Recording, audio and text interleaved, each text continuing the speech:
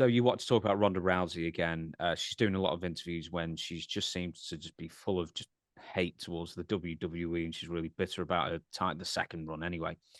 So she also, this came out, I can't remember if it's today or yesterday, as we record this, we're almost coming up to midnight anyway.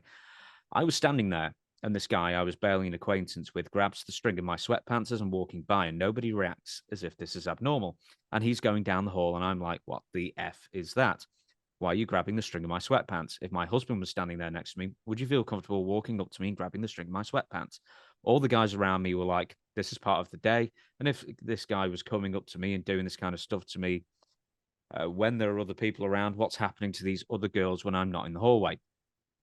Eventually, she mentions this guy called Drew Gulak. And Gulak wrote, pretty sure it's today as we record this as a Wednesday. Backstage at a WWE event in 2022, I saw Ronda talking with a group in the hallway. I stopped to say hi and shake all their hands. And in an attempt to shake her hand, I accidentally touched her drawstring, complete accident, and one that I had apologized for the mishap. So, who do you believe? Well, you know who I'm believing there? Go on. I believe Drew. I've never even met Drew.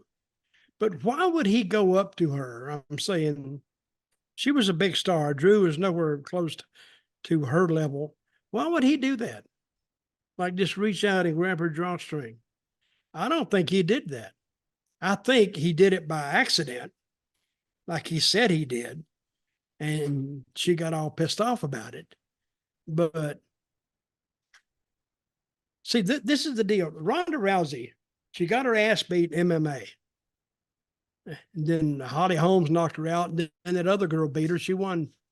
She went from invincible to getting beat every match. So all of a sudden, her mystique was shattered. So then she had to go to wrestling. And you got to admit, she wasn't the greatest at wrestling either, and damn sure wasn't the greatest as a talker. And the way she looked didn't fit WWE standards. So I don't think John Laurinaitis got her out of a magazine and talked to her and wanted her to model something down to the ring. But I didn't. I think she owes a lot to WWE. Of course, they probably owe a lot to her too, because she legitimized a lot of the women's wrestling when she came over. But I think she got pissed off, and she's got a mouth, and she was saying these things while she was still there. And I don't know why but this is when Vince was still in charge. And I don't know why somebody didn't tell her, hey, tone it down, or quit telling all this stuff. But I just don't believe her story on that. Touching somebody's drawstring seems rather. Well, it's funny that I never heard this story before. Hmm. It just comes out now.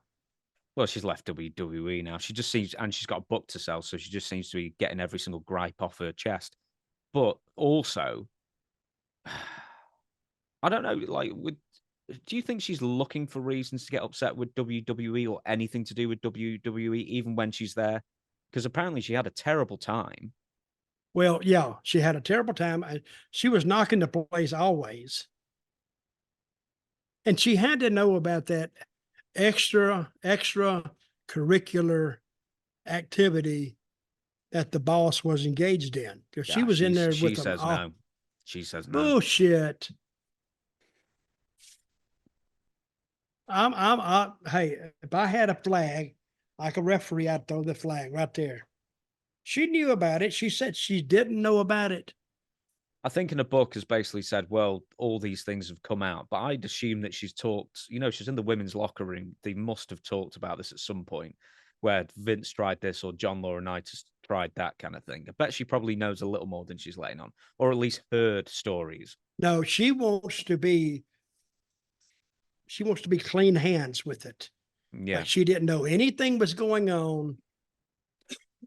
Well, until you can not know. You can not know. You can hear rumors. I mean, maybe that's sort of like the get out of jail free. Well, how did I know? How did my guy Jack Swagger? How did he know? How did Cesaro know? How did everybody know? it was a common truth or knowledge that, and Vince had been doing it for years, and Laurinaitis, I'd heard she had to hear about Laurinaitis.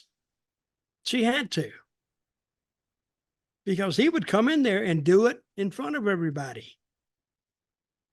Oh, but hey, you can't blame him because he was coerced Of into course, going into the ladies' locker room and, saying things to them. The whole time I was in WWE, I never went into where the girls dressed. Well, that's probably. It wasn't my place. Oh no. Are you saying Johnny Laurinaitis used to wander in there bold as brass? Think he did what now? Did Johnny Ace wander into the women's locker room often? Oh yeah, he did. Really? But he could do that because he was delivering a message. Maybe, see what I mean? I see. And he would tell them this or tell them that. Right, you fabricate reasons to go in. And hey, it was a really a tainted existence when I was in WWE.